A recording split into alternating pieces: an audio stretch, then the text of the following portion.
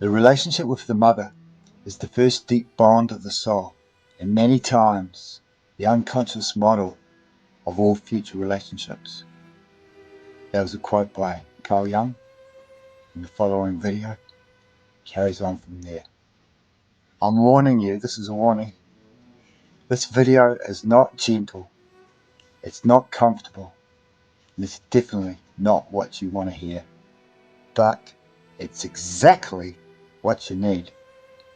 Since you were little, you've been taught to look outward, to look for someone to blame, to put a name and surname on your suffering. And yes, many times that name is your mother's, but here's what nobody dares to tell you. It's not your mother that held you back. It's what your mind did with you. No, this is not a criticism. This is not an attack. It's a truth so uncomfortable that very few dare to name it. The mother lives in your unconscious long after she's left the room. You have tried to move forward. You have sought peace. But peace doesn't come when you're still trapped in a war you don't recognize. Do you know which one? The war against an image, against a figure that is neither flesh nor bone, but shadow, an archetype that settled inside you before you could even speak. And the worst part of all is that this shadow doesn't leave on its own. The mother complex. That's what Carl Jung called it. And no, it's not just another psychological label. It's an emotional prison within invisible bars. It's that voice which judges you without speaking. It's that emptiness that can't be filled with anything. It's that need for approval you've been dragging since you were a child. And the cruelest part is that it's not even yours. It's an inheritance, an echo, a mark on the skin of the soul. And you may wonder, how do you heal something like this? And here's where the real work begins.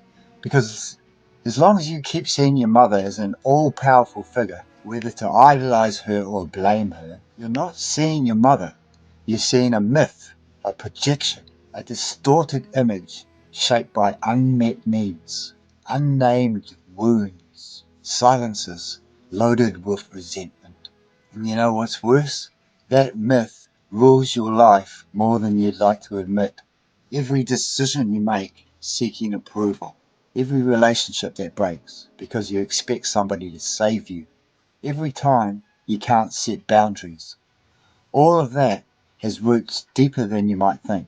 And those roots were born in your childhood, in a gaze that was missing, in a hug that never came, in a word that was never said. And now you're an adult, but inside you're still that child that wanted mom to tell him everything's going to be okay. But here's the most brutal part. It's not going to happen anymore. Because healing isn't making her change. Healing is stopping waiting for her to do so. And that is devastating. They told you that forgiveness is the key. That understanding her is the way. That you must put yourself in her shoes. And yeah, all of that can help, but not if you don't first do the most important thing. Look inward and recognize that the wound is no longer anyone else's responsibility, but yours. Only yours. Nobody's coming to heal it for you. Now tell me something. How many times have you caught yourself acting like her? How many times have you said or done things you swore you'd never repeat? There lies the trap. The complex is not only behavior, it's emotional. It inhabits you, it guides you, and if you don't make it conscious, it turns you into its repetition. The pattern repeats over and over again until someone has the courage to break it. And breaking it hurts because it's killing an illusion. It's giving up hope that one day what wasn't will be. It's accepting there'll be no magical repair. That childhood will not return. That the comfort you didn't receive, you have to give yourself. Are you willing to do that?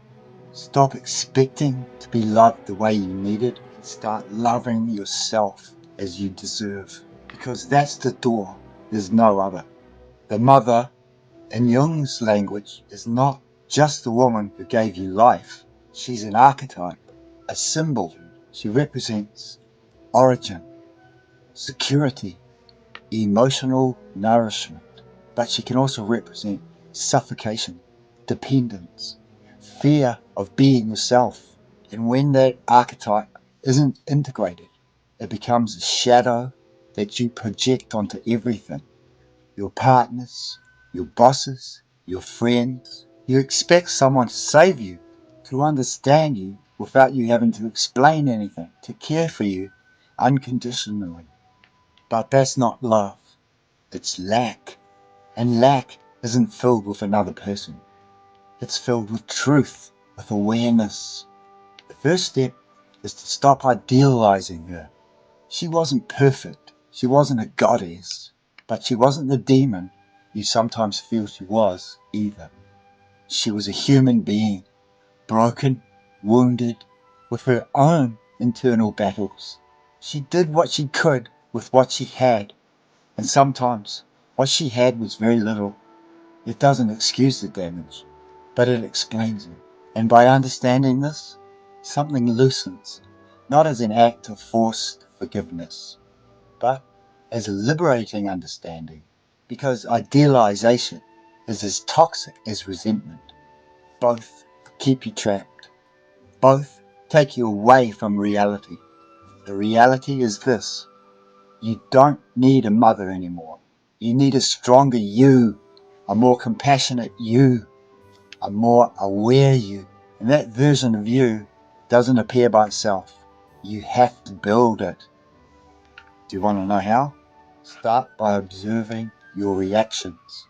Every time you feel rejected, ask yourself, who am I really seeing? The person in front of me, or the wound I haven't healed yet? Every time you demand unconditional love, every time you abandon yourself so another won't, ask yourself, who abandoned me first? Do I want love, or do I want repair? Healing isn't linear. It isn't pretty. It's a descent into hell. An uncomfortable conversation with your inner child. It's looking at the memories you buried, feeling them, and then letting them go. And yes, sometimes that child cries, but other times it screams. It sabotages you. It gets angry because it's been waiting too long to be heard. Do it. Listen to it. Don't try to silence it with self-help phrases. Don't cover it up with cheap spirituality. Give it space, and then ask it what it needed, and then give it to yourself. Self-compassion, it's not weakness, it's medicine. It's the only balm that works when everything else has failed. And to practice it, you need courage, because there's a part of you that's learned to despise itself, to blame itself, to demand from itself, to repeat the same punishment that was once imposed on it. Break that cycle. Re-educating yourself isn't just reading books. It's seeing yourself with new eyes. It's creating new responses. It's stopping the search for mothers in the wrong places. Because I'll tell you clearly, the world won't give you what you didn't receive. It's not designed like that.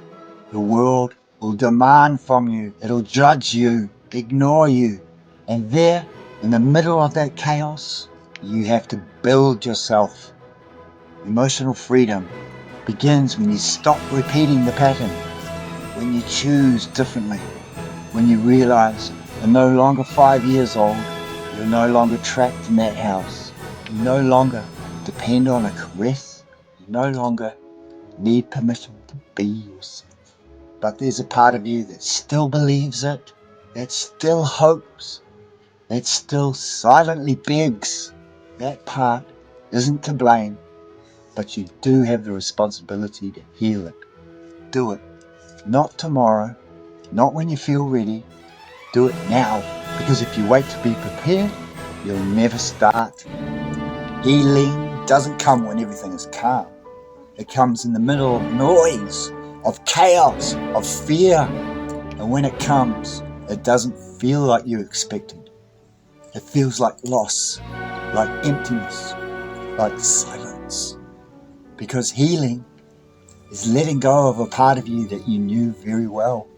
It's saying goodbye to the victim role. It's stopping waiting and starting acting. Does it hurt? Yes, but it hurts more to stay where you are. So look at yourself, but really look. Ask yourself, what part of my suffering still belongs to that inner figure I call mother? And how much longer am I willing to let it control me? Make peace, not with her, but with yourself. Because in the end, it isn't the one who raised you, it's the one you choose to be with yourself. And that one is yet to be born. And now that you're here, after daring to look at what others prefer to ignore, let me take you even deeper. Because there's something we haven't touched. A darker layer. More hidden, but incredibly powerful. An invisible loyalty. Yep, you heard that right. A loyalty you didn't choose, but that directs you, as if you had a string tied to your soul. No matter how much you progress, how many books you read, or how many therapies you do, if you don't understand this principle, you will always come back to the same point. You want to know what that secret trap is? I'll tell you. Your unconscious believes that if you surpass your mother, you betray her. That's how perverse this game is. And don't think about it logically. This isn't reasoned. It's felt. It's imprinted deep inside your emotional system because you grew up learning that your identity was tied to hers. That what she lived, suffered, believed, you also had to carry it. And without realizing it, you made a pact, a silent pact, an invisible promise that says, I won't be better than you, Mum. I won't be freer than you. I won't fully heal if you didn't do it first. See the prison? And the most terrifying part is that that prison looks like love. We're not talking about hate or anger. We're talking about an unconscious fidelity that chains you to her pain, her frustration, her limits. That's why you repeat stories you don't understand. That's why every time you're about to achieve something bigger, you sabotage yourself. Because a part of you says, if I'm happy and she wasn't, I'm being disloyal. But here's the brutal truth. Your pain doesn't honor her. Your stagnation doesn't save her. Your unhappiness doesn't repair her. So why do you keep carrying what doesn't belong to you? There's a scene that repeats in thousands of wounded souls. The child who doesn't allow themselves to live fully so as not to hurt the feelings of a mother who's no longer here or was never really there. It's as if deep down you want to tell her, look, Mum, I suffer too. So you're not alone in your sadness. And that's what's killing you. The real betrayal isn't leaving her story behind. It's continuing to repeat it. Because if you really love her, and you really want to free yourself without dishonoring her, then there's something you must understand. Honoring the mother is surpassing her. Not as an act of ego, not as rejection, but as evolution. She gave you life, and you have to multiply it, not reduce it. You have to turn that inherited pain into something new, into awareness, into transformation, into authentic life. But for that, you have to break the secret vow, the one you made before you can even speak, the one that says, I won't be freer than you. Break that promise, not with anger, with love. Tell her in silence, even if she's no longer here or can't hear you. Mom, thank you for what you could give me, but now I follow a different path. And that path is not towards resentment, it's towards your freedom. Because as long as you live trapped in that hidden fidelity, everything will become repetition. You'll repeat her fears, her frustrations, her way of loving, her way of not setting boundaries, her need to be accepted, her guilt, her sacrifice, her pain, and you'll do it without knowing it. Have you realized how many decisions in your life have been guided by that shadow? Maybe that's why you can't tolerate rejection. Maybe that's why you feel guilty when things go well for you. Maybe that's why you choose partners that make you feel small, not because you're weak, but because you're being loyal. But that loyalty has a very high price, your life. And if you dare question it, look it in the face, something opens up, a void appears, a strange silence. Because for the first time, you're separating your identity from hers. For the first time, you are saying, I am not you, and you are not me. And that, for the child you were, feels like abandonment. But for the adult you can be, that's birth. That's where it all begins. And it's not about cutting off the relationship. It's about redefining it within you. Because even if your mother was the most loving, the coldest, the most absent, or the most overprotective, what matters is not her. It's the place that you have given her in your psyche. And that place, if you don't organize it, becomes an altar or a prison. Either you idealize her or you enslave yourself to her. But both are the same, a distortion. The only way to heal is to dismantle the fantasy. And that fantasy takes many forms. The martyr mother, the perfect mother, the sacrifice mother, the omnipresent mother. But none of those figures is real. They're constructions of your mind. Myths that prevent you from seeing the essential, that she was also a daughter, that she also dragged her own ghosts, that she also was a victim of her own context, that she also loved as she could, that she also failed. And you're not here to repeat her destiny. You're here for something bigger, to transform that emotional inheritance into wisdom, to make the unconscious conscious, to close a cycle, so that your children, if you have, will have any, don't carry what you're carrying now. Because that's what's inherited. Not objects, not genes, but unresolved patterns, undigested emotions, silenced traumas, the weight of the unspoken. And here comes the most important part of all this.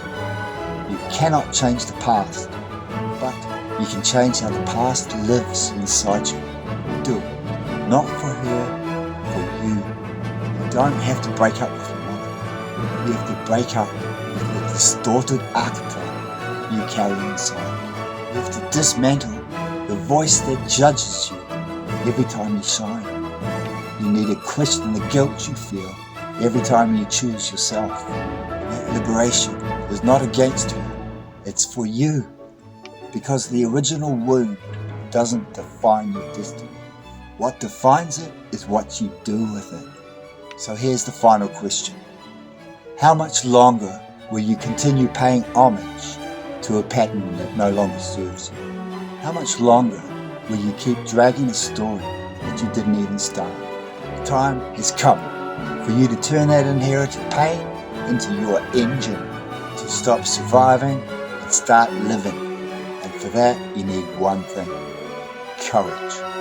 Courage to let go of loyalty. Courage to rebuild yourself without that figure who either gave you everything or denied you everything. Courage to look in the mirror and say, now I am the one who takes care of me. And when you do, when you choose yourself, when you free yourself, then and only then will you truly honor your mother.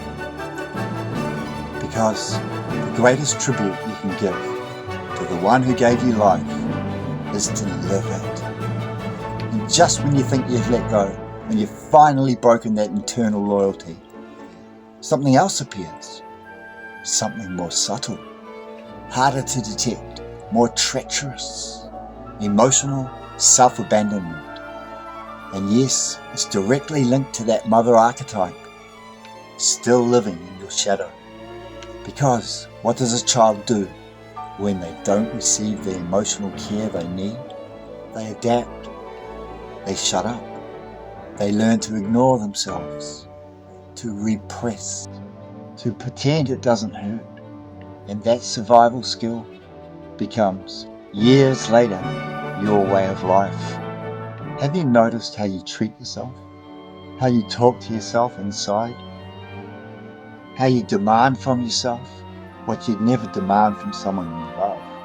That's no coincidence. It's the continuation of the same pattern. It's the way that poorly integrated archetype expresses itself inside you.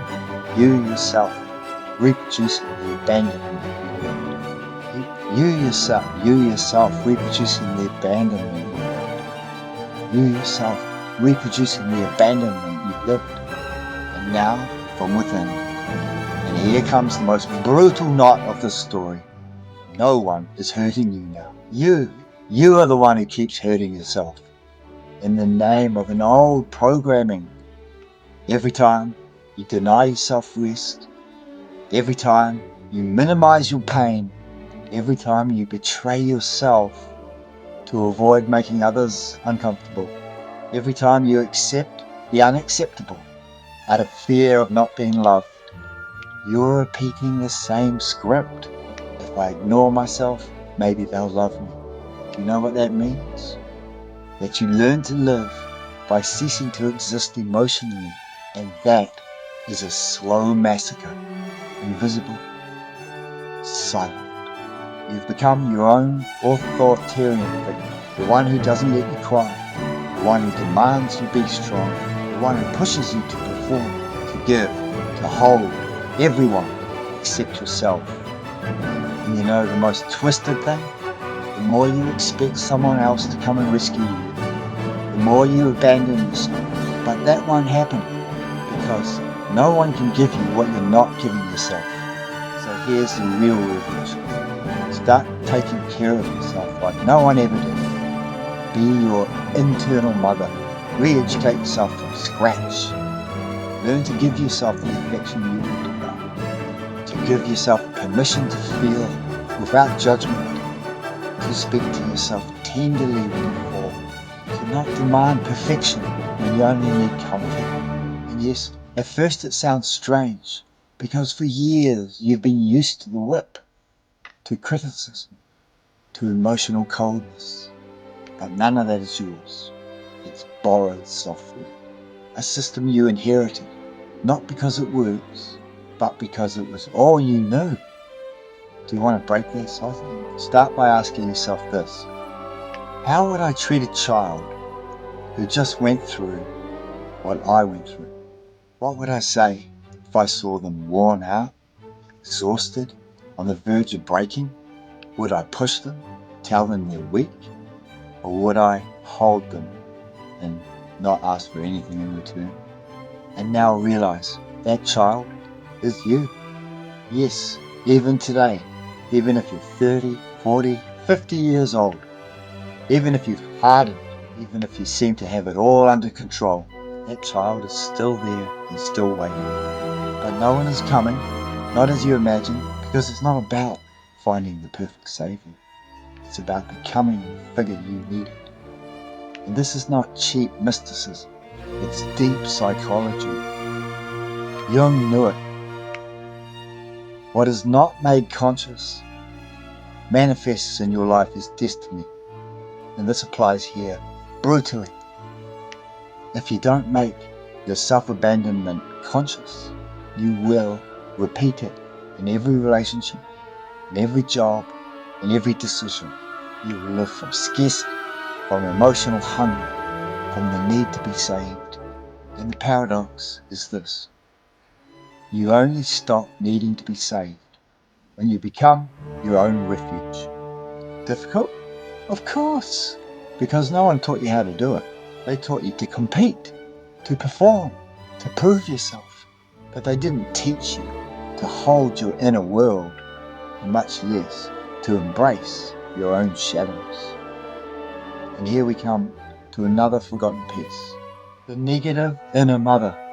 That voice you carry inside that's not yours. The one that tells you that you're not enough, that you're late, that you don't deserve it, that you need more, that you shouldn't feel what you feel. That voice is not you, but you've adopted it as if it's your inner conscience. But it's not. It's an internalized figure, a distorted archetypal energy that occupies the space of your self-esteem. And until you dismantle it, you will live believing your worst enemy is you. But you're not. You're just repeating what you learned. So you have to dismantle it. So how do you dismantle it? By listening. Yes, listening. Because what resists persists. But what you observe transforms. The next time that voice appears, don't run. Don't silence it. Don't cover it up with empty affirmations. Look at it. Ask it. Where do you come from? Who do you belong to? What are you repeating to me that isn't even mine? And you will see. You will see the threads. You'll see the origin. And in that moment, something inside you will awaken. Not like a mystical illumination, but like a brutal clarity. You will realize you live trapped in a discourse you never questioned. And when you question it, you regain your power. That is the true psychological awakening. Not mantras, not gurus, but the moment you stop being the echo of your childhood and become the author of your adult life. But beware, don't confuse this with cheap positivity. It's not about ignoring the pain. It's about taking responsibility. About seeing yourself with no filters. About stopping asking people to fill your emptiness. And instead, begin filling it yourself with small, conscious actions. Want a guide? Here it is. Start by not abandoning yourself when you most need it. When you're tired, don't push yourself. Rest. When you're sad, don't judge yourself. Accompany yourself. When you feel afraid, don't be ashamed. Listen to yourself. That is the new language, the new internal motherhood, the new emotional structure that breaks centuries of inherited patterns. And I know all of this sounds immense, unmanageable, but remember this, you don't have to do it perfectly, you just got to do it differently, because if you don't break the cycle, no one will do it for you, because the change you so desperately want isn't outside, it's in every inner gesture, every time you choose to take care of yourself, even if you don't feel like it, every boundary you set, even if your voice trembles, every no you say so you can say yes to yourself. That is the true act of love. And that, believe it or not, is an act of revolution. Because in a world that teaches you how to demand, punish, and compare yourself, choosing to treat yourself with tenderness is a subversive act. It's looking your family history in the eyes and saying, with me, the pattern breaks. Not because you're better, not because you're smarter, but because you chose to wake up. And when you wake up, nothing can put you back to sleep. Not judgment, not guilt, not that voice that used to paralyze you, because you no longer walk seeking approval. You walk from within, from a new route. A route built with awareness, boundaries, real love. Not a love that demands, not a love that sacrifices. A love that sustains, respects, cares. The kind of love you should have always received. A love that you can give yourself. And that, even if it doesn't seem like it, is the true inheritance worth leaving behind. And when you get this far, something inside you has already changed. You don't need anyone to confirm it. You feel it. It's that subtle vibration that appears when you look at something you've been avoiding your whole life. It's that strange mix between emptiness and power, between grief and rebirth. And yes, because the end of this entire journey isn't an internal applause, nor a magical enlightenment. It's a silence, a new silence, a clean silence, because finally you dared to break the noise that was inherited. Now you understand why many times you didn't know who you really were, why it was so hard to be at peace with yourself, because you lived inhabited by voices that weren't yours, burdened by needs that weren't born with you, reacting from a pain that came from generations ago. But no more. What remains now is yours, your space, your identity, your voice. And now the most interesting part. It's not that you're going to live without wounds. It's that now, for the first time, you live with them consciously. And that changes everything, because wounds aren't the problem. The problem is running away from them, pretending they don't exist, pretending that if you don't name them, they disappear. But they don't disappear. They transform when you look at them, when you speak about them, when you go through them. And right there, at that crossing, something is born. Your true emotional maturity, not the one based on controlling everything, nor pretending coldness, but the one that accepts that inside you coexist broken parts and wise parts, parts that still cry, parts that have already learned to hold on. Do you know what that means? You've crossed the threshold, that point of no return, where you stop being a symbolic child of the past and become the symbolic father or mother of your present. You no longer live from what was missing. You live from what you choose to create. And that is a power very few reach, because it requires courage, brutal honesty, and an almost wild will to let go of excuses, justifications, inherited fears, and begin to live yourself from within, not from the echo of an ancient story. And now that you know this, what are you going to do with it? Because here the video ends, but the important part begins. The invisible part, the part no one else will see, but you will feel in every day, in every choice, in every new way you treat yourself. Every time you don't repeat the pattern. Every time you choose from awareness, not from lack. And that, even if no one applauds it, is a freedom that can't be bought. So I'll leave you with one final idea. One that sums up everything that you've heard so far. A phrase to keep, to repeat, to tattoo on your soul. When self-love is born from healed pain, it stops being a trend and becomes a silent revolution. And if you've come this far, frickin' good on you, bro. Good on you, mate. Right down below, I am the end of the pattern. Talk to yourself. Talk to yourself like you never have. Stay silent. Cry if you need to. Or look at yourself without judgment for 10 seconds. If you don't believe it, try it. But do it from there, the deep place, from where you no longer need anyone to save you, because now, finally, you know the Saviour was you.